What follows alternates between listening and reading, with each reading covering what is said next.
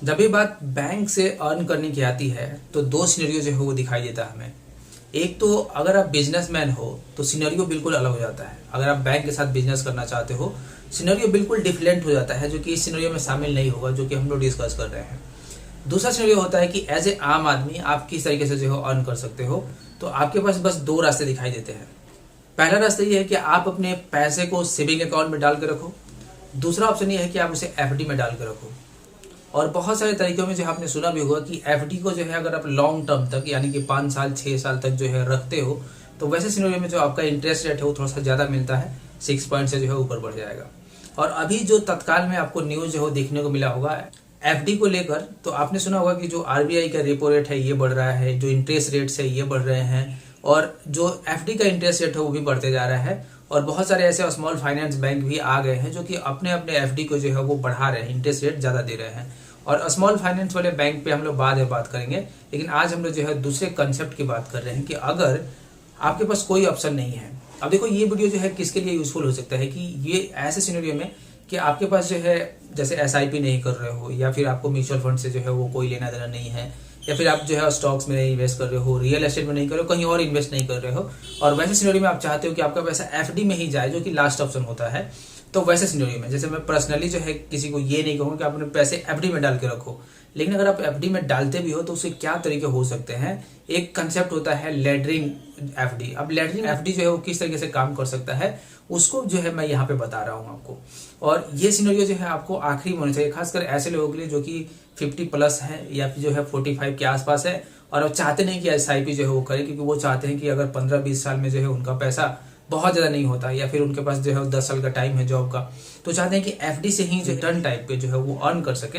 तो किस तरीके से कर सकते हैं, हालांकि ये काम जो है आप एसआईपी से कर सकते हो, लेकिन यहाँ पे जो है मैं वो सारी चीज़ें जो है आपको नहीं बताऊंगा। अब लैडरिंग वाला जो कंसेप्ट है किस तरीके से हो सकता है, लेकिन उससे पहले आप चैनल को सब्सक्राइब करें ना। तो सबसे पहले अगर हम लोग बात करते हैं, देखो लैडरिंग में क्या होता है कि लैडरिंग सबसे पहले लैडर जो शब्द है वो क्या है। लैडर शब्द है कि एक अस्टेयर टाइप का, एक अस्टेयर जैसे कि आप ऐसे अस्टेयर सीढ़ी पे जो है चढ़ते हो, अस्टेयर हो गया।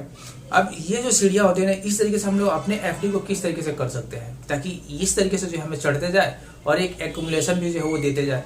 और कैसे कर सकते हैं इसको, अब देखो एफडी का जो कंसेप्ट है सबसे पहले तो आपको पता होगा कि अगर आपने 20 लाख कहीं भी किसी भी बैंक में एफडी कर दिया तो वैसे सिनेरियो में क्या होगा कि अगर आपके बैंक के साथ कुछ भी होता है तो आरबीआई जो है, अगर आरबीआई के रेगुलेशन के अंदर वो बैंक आता है तो आरबीआई जो है आपको 5 लाख रुपए देगा। अब इसमें यह है कि 5 लाख रुपए जो है आपको मिलता है, लेकिन बाकी पैसे जो है वो आपको शायद नहीं मिले। लेकिन अगर आप फिर भी ये शायद करना चाहते हो किसी ट्रस्टेड बैंक में जो कि बहुत सालों से चला रहा है, लेकिन बैंक का क्या है वो तो कोई भी कुछ नहीं बोल सकता, लेकिन एक एक्सेप्शन लेके चलते हैं हम लोग कि अगर आपको जो है एक ही बैंक में जो है वो डालने हैं पैसे तो किस तरीके से जो है आप उसे डाल सकते हो, या अलग अलग डिफरेंट बैंक में भी करने हैं तो भी जो आप कैसे उसे कर सकते हो। अब देखो लैडरिंग का जो कंसेप्ट आता है वो आता है कि आपको अस्टेयर टाइप के जो है चढ़ते जाना है। अब आपको क्या करना है कि जैसे आपके पास जो है वो आप चाहते हो कि जो भी आपने जॉब किया, पैसे जो भी कमाए, उनमें से जो है आपके पास 20 लाख रुपए जो है मान लो इकट्ठा हो गया, या फिर 10 लाख जो है वो इकट्ठा हो गया। अब उस इकट्ठा पैसे को आप चाहते हो कि आप एफडी में डाल दो और एक जो है वो आपको 5 साल 6 साल के पीरियड के लिए जो है उसे लॉक कर दो, और उसके बाद जो है आपके पास जो भी इंटरेस्ट आएगा 6% के हिसाब से, 7% के हिसाब से, जो भी जो है आप उसे बाद में जो है वो आपके लिए काम में आ सकता है।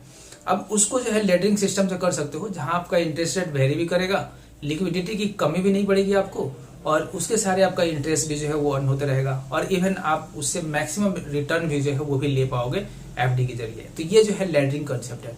अब लैडरिंग कंसेप्ट में क्या होता है कि सबसे पहले क्या करना होता है कि जो भी आपका अमाउंट है उस अमाउंट को जो है आप छोटे छोटे पार्ट में बांट दो इसको। जैसे मान लो आपके पास 20 लाख है और उस 20 लाख को हमने क्या किया कि ये 5 भागों में जो है बांट दो, 4-4 लाख जो है वो क्या हो गए, बट गए। अभी जो 4-4 लाख बट गए, इन 4-4 लाख को क्या करना है आपको कि इन 4 लाख को एक टाइम पीरियड के लिए जो है आपको क्या करना है, फिक्स कर देना है। और ये टाइम पीरियड कितना होना चाहिए, एक स्मॉलर टाइम फ्रेम होना चाहिए जहां पे जो है आपको ज्यादा से ज्यादा जो है वो रिटर्न्स मिले। जैसे मान लो आपने पहला जो पीरियड से आपका उसको जो है आपने 1 साल के लिए लॉक कर दिया। अब जब 1 साल के लिए उसे लॉक कर दिया तो 1 साल में जो है आपको इंटरेस्ट कितना मिलेगा, 6%, 6.5%। और इवन जब रेपो रेट बढ़ सकता है तो हो सकता है कि इन फ्यूचर अगर बढ़ता भी है तो 6.25% या जो है उसे 6.5% ले लो, ये इस हिसाब से जो है बढ़ेगा। अगला जो होगा, अगला जो आपका ये तो होगा पहला जो है आपका एफडी है। जो दूसरा एफडी होगा उसको आपने क्या किया कि 2 साल के लिए या फिर 15 या फिर 18 महीने के लिए जो है उसे लॉक कर दिया। अब ये सिनेरियो जो है आपका चलते रहा। तीसरा जो होगा उसको और डिफरेंट टाइम के लिए जो है आपने लॉक कर दिया। कितने में? तो आपने जो है उसे लॉक कर दिया अगले जो है वो 2 सालों के लिए या 3 सालों के लिए लॉक कर दिया। अब जो उसके अगला होगा उसको जो है उसके और टाइम फ्रेम, बड़े टाइम फ्रेम पे जो है उसे लॉक कर दिया।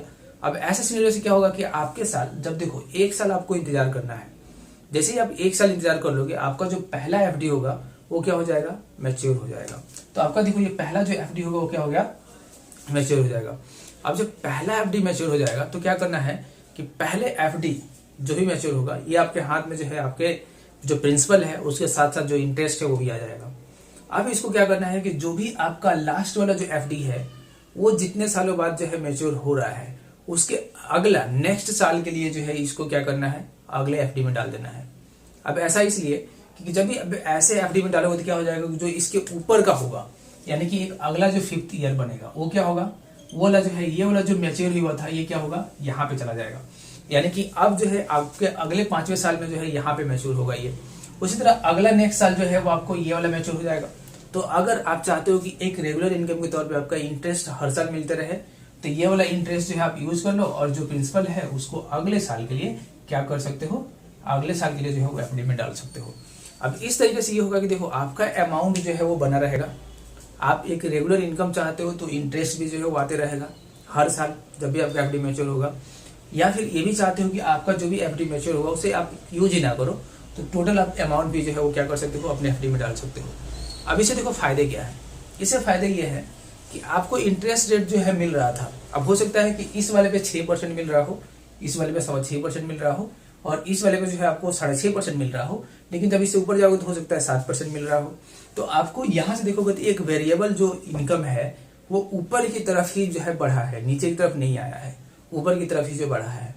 अब इससे ये हो जाएगा कि आपका जो बेनिफिट है वो केवल इतना नहीं मिलेगा कि आपको जो है वो 6% तक ही रह गया और आपको पूरा पैसे को जो है लॉक करने की जरूरत नहीं पड़ा 5-6 सालों तक। अब इससे क्या होगा कि देखो अगला जो होगा, जैसे ये वाला जब मैच्योर होगा, अब इसको अगला 5 साल के लिए लॉक करोगे तो आपको ये डर नहीं रहेगा कि मुझे 5 साल बाद पैसे मिलेंगे। क्यों? क्योंकि आपका सेकेंड वाला जो है वो अगले साल मैच्योर हो जाएगा। अब उसको अगले 5 साल के लिए जो है लॉक करोगे तो भी आपको डर नहीं रहेगा क्योंकि उसके अगले वाला जो है वो अगले साल मैच्योर हो जाएगा और ये जो इंटरेस्ट रेट है वो बढ़ते जाएगा, मैच्योरिटी जो है बढ़ते जाएगी। अब इसमें ये भी होता है कि आपको लिक्विडिटी की कमी कभी नहीं होगी। अब क्यों नहीं होगी?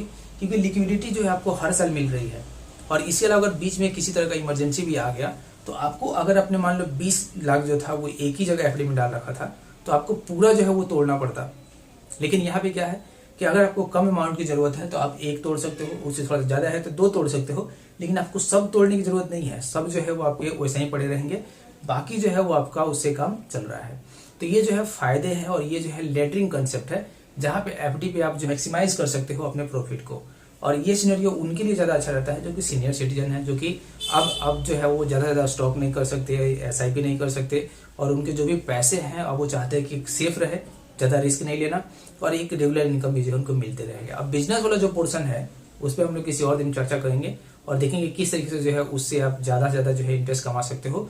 इसके अलावा जो सेविंग कंसेप्ट है, सेविंग में अगर आप अपने पैसे सेविंग अकाउंट में डाल के रखते हो उस पर कैसे मैक्सिमम अमाउंट जो है आप इंटरेस्ट ले सकते हो, उसको हम लोग बाद में देखेंगे। तो होप से वीडियो आपको जो है ये इंटरेस्टिंग लगा होगा। मिलते हैं आप अगली वीडियो में।